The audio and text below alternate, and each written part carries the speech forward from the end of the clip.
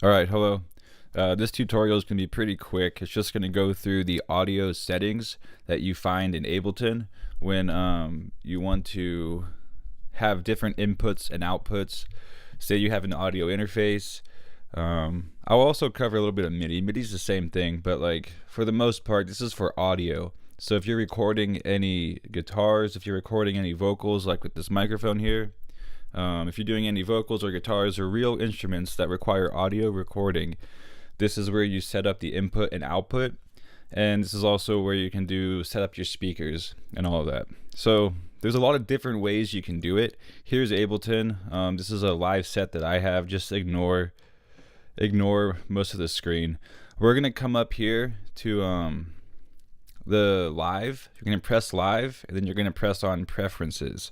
Okay, so you're gonna come into these preferences, and there's a lot of different ways you can figure out how you want to set up your audio preferences, but I'm going to cover each way so that you understand all of them. And in case you're at a live gig somewhere and you have to figure out how to, like, what's happening to your audio while you're not getting any signal, why nothing works, I'm going to cover every setting so basically you understand it pretty much 100%. All right, so as you can see here, the driver type. So you want to come on, once again, you want to come to the live tab and then go into preferences. Okay, mine automatically goes to audio, but if you're on look and feel, you're gonna make sure you want to click on this audio tab right here. It's the second one down when you're using Mac. Well, yeah, I guess it's always second one down. The second tab down here is audio settings. Okay, and under audio device, you want to make sure your driver type is core ASIO. If you have no audio, you're not going to have any audio. So make sure you have, or core audio, excuse me. Core ASIO is like an FL Studio. But make sure you have core audio selected as the driver type. Okay? And then for your input, it depends. Now this depends. If you have no device, it'll cut off my microphone, so I'm not going to do that. But no device means you're not having any audio input. So there's nothing coming into your Ableton software. Which means if you're trying to record a microphone through USB, or you're trying to record a guitar with a microphone that's going into USB, it's not going to pick it up because you have no device set as your input coming into the software. So make sure you're going to choose one of these options here. Now they're going to look different for you. For me, I have Soundflower, which I'm using to route audio from Ableton into my video editing software.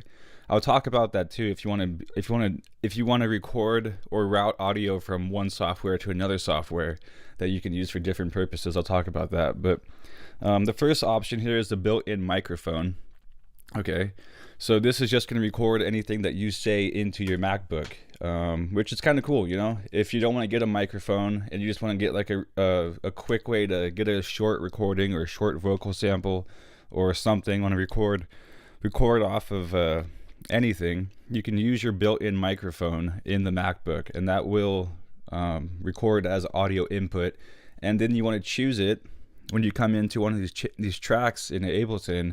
You want to make sure you choose that built-in microphone as an input here.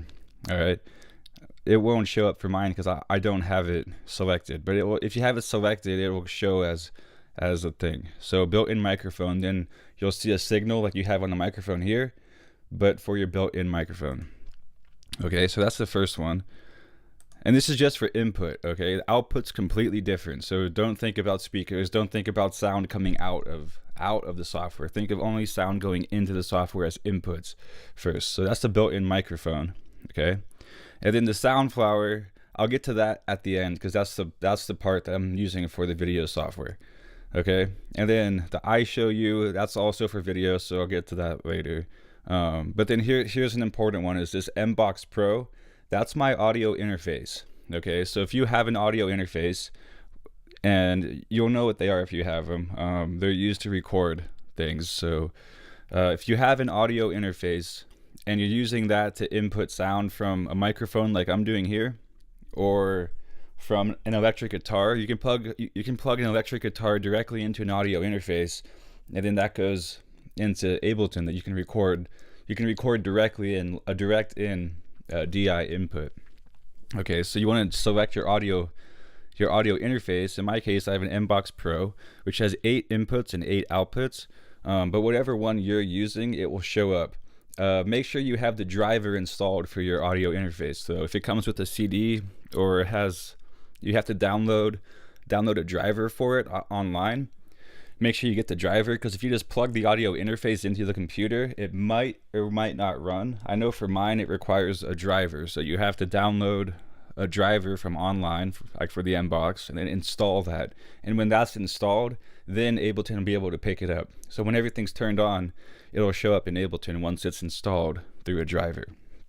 Okay, so your audio interface will show up there. That's probably the one you're going to want to choose all of the time for your input, because the interface is going to be able to run your microphone, your instruments, your guitar, and it can also run the output to your speakers, which I'll talk about in the output.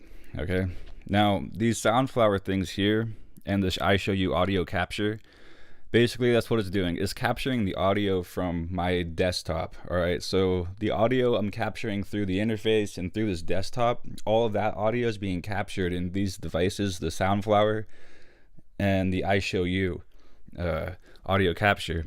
And then I'm using those devices to route the audio into OBS, which is this here. So in OBS, you can see desktop audio. It's picking up that audio, and then now I'm using that audio to come into video.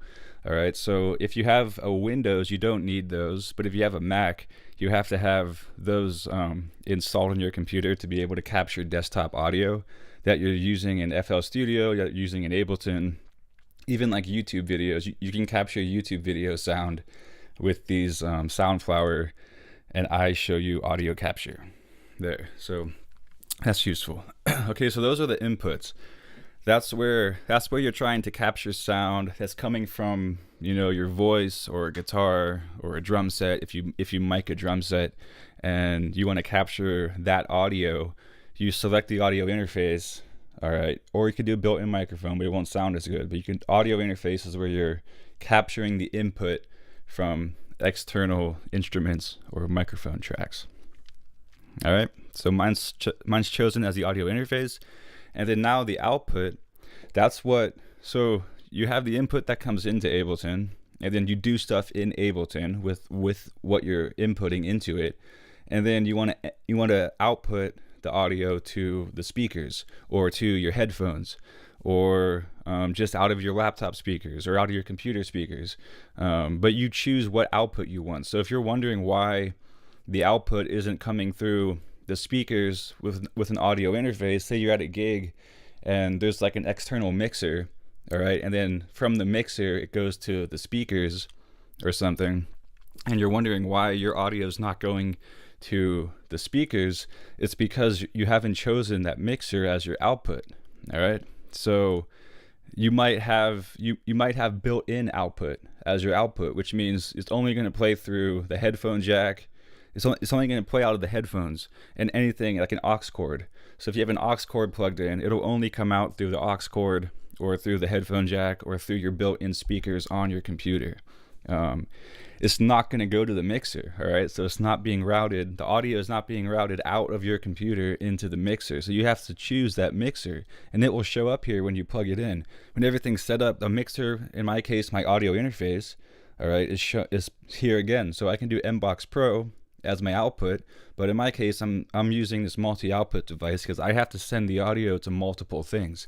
I have to send my audio, which this really is the best way to go.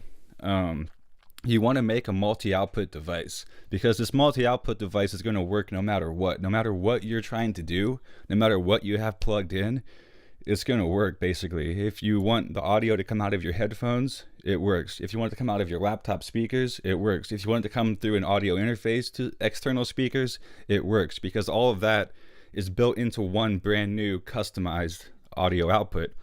I have a video on how to make that. So if you want to learn how to make a multi-output device, I have a video on how to make that. It's called Connecting Ableton and FL Studio to OBS. That basically tells you how to make a multi-output, or you could look up on YouTube how to make a multi-output device. They're really useful because, like I said, you can route audio out of a software to multiple things like headphones through the headphone output, the laptop speakers, and audio interface, through Soundflower into a video editing software, etc. So that's where you choose the outputs, and you have to understand how these work. So in case something happens at a gig or during a live stream or something, you know what's going on. So basically, this multi-output device that I'm running my output, it combines everything that's below it. It combines the built-in output, it combines the Soundflower, it combines the iShow audio capture, and it combines my Mbox, my audio interface. So everything below this multi-output is combined within the multi-output. All right, so that's really useful. But if you choose just one, so in my case, my speakers here in the studio that I'm working on, sorry, garage, but here I have monitors. These monitors are connected to my audio interface through an output in the back of the audio interface. So they're not actually plugged into my headphones in the computer. So if I chose built-in output, it's not going to play through my speakers, because the speakers aren't connected to the built-in output. The speakers are connected to my audio interface, all right, through an output in the back. And so I have to choose the output for Ableton to be this Mbox Pro or the multi-output device, which includes the Mbox Pro. Okay, so you have to choose, if your speakers are connected to an audio interface, make sure the audio interface is chosen. But you should basically understand that if you have an audio interface, you have to understand, like, the audio interface should be the input and the audio interface should be the output. You can connect the speakers to the headphones if you have like an aux cord from the speakers, but then if you do that, you have to make sure that you have built-in output chosen as your audio output, because now your output's not going to the audio interface. The output's coming out of your computer. So that's important. Channel configuration, all of that, in, out, 41, 100. I keep these all at this level just from reading on forums and everything. I think it's the best one. So 44,100 as the in out sample rate.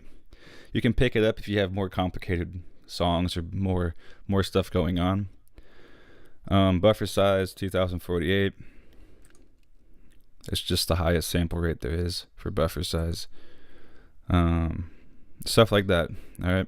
So if you want to test it, you can test where the audio is coming through using a test tone. So if you want to test and see if it's coming through the speakers, or if you're at a gig, if it comes through, I recommend just using actual music or samples you have, because this test tone is it sounds annoying. But if you want to test it, there's a quick test tone there that you can test. So that's big. Basically, it's important to understand these outputs. If you're not getting any signal from like a speaker or a sound system, you have to understand how the outputs are working. And you have to understand that if you usually produce in your studio through the headphones, but then you go to a gig and they have an audio interface that the speakers are connected to, your songs in your software are not going to go through their speakers, because your output is chosen as your built-in output. All right. Unless they have an aux cord they have connected to their mixer that goes into your thing, you're out of luck. So you have to choose their audio interface or their external mixer / audio interface as your output, which their speakers are connected to. Or if they have an aux cord, you can keep it on the built-in output. If they have an aux cord that's connected to their external mixer audio interface, and do it that way. It's kind of complicated, but I think like the best route though is to make one of these multi-output devices. So basically every output on your computer is going to work. So you're not just choosing one output, you choose everything's combined. So every output's going to work. And with that, you can choose you can have headphones on. So I can hear myself through headphones right now, because it's coming out of the headphone jack on my computer, but it's also going into the audio interface, so I can hear myself on these speakers as well. So you're gonna get feedback, but you can hear that it's on these speakers as well. So I turned them down so there's no feedback. But this output's very important. All right. Input is going to be your audio interface or just nothing. If you have instruments, it's going to be your audio interface. Output, you choose what you want it to be, but make sure you understand what you're choosing there. All right, so I hope this helps you figure out audio settings. These settings are universal for pretty much all software. So if you use FL Studio, if you have Logic or Pro Tools, these settings are pretty much the same for audio settings. So it's all the same concept. You have to understand what's coming in and what's going out as your input and output. And so yeah, that's a quick little overview. Kind of quick. It was a little bit in the medium area, but I hope that helps you figure out your audio settings. If you have any questions, don't hesitate to contact me. I have a website at epsilon144.com, or you can leave a comment below. And I hope this helps you set up your audio settings. And yeah, have a nice day. Peace.